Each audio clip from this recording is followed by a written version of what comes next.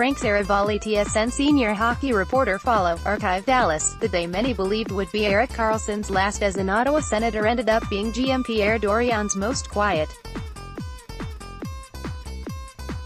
His phone might not even have needed a midday recharge. It was a very quiet day on the phone, Dorion said. I made a lot of calls and many calls. The GM said, "Hey, you're my first call today," and that happened in the afternoon. Despite all the hype befitting of a two-time Norris Trophy winner in his prime, Karlsson has somehow survived the two biggest pressure points of the season, the trade deadline and the first night of the draft. He is either bulletproof in that Senator's sweater or eminently unavailable. The 2018 NHL entry draft will forever be forgotten as the day in Dallas that nothing happened. Not only did Karlsson not move, but top trade bait members Max Pacioretty, Ryan O'Reilly and Jeff Skinner all stayed put in their current cities. Montreal, Vancouver and Edmonton all resisted the urge to trade their top 10 picks. The Washington Capitals made the day's only trade involving a player, sending goaltender Philip Grubauer and veteran defenseman Brooks Orpik to Colorado in exchange for Saturday's 47th overall pick.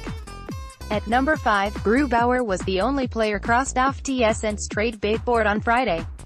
ZZZZZZZZZZZZZZ. Very quiet. Habs GM Mark Bergevin said. I don't know why. The draft flowed through each of the first 21 picks with a lack of interruptions never before seen, until the Senators traded down 5 spots from No. 22 to select Jacob Bernard Docker at No.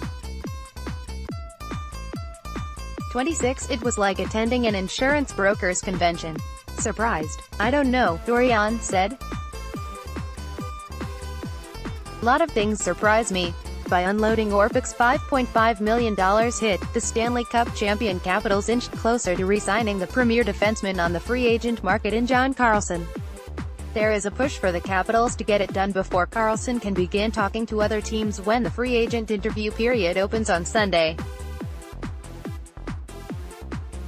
It's a contract that is expected to ultimately not look all that different than the one Oliver Ekman-Larsson has agreed to in Arizona at 8 years, $66 million. Karlsson's cap hit will probably be in that $8 million per season range, and GM Brian McClellan needs to sleep on that one more night.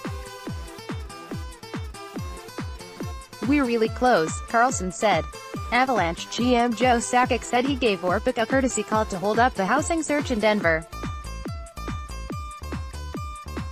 He told Orpik that Colorado will look to flip him or at the very least buy out the final year of his deal to make him a free agent. McClellan said the Capitals would consider re-signing Orpik to a newer, less expensive deal if that is the case. That trade was the only item of intrigue.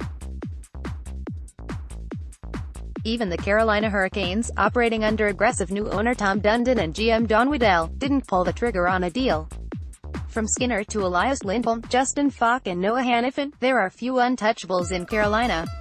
The Canes even received a last-minute pitch on number 2 overall. We got so many conversations going on, Waddell said. I've had more talks probably at this draft than I've had in all 15 other years. It seems people are coveting their draft picks a lot more than they may be used to because of the salary cap era, and we all need young players to move forward.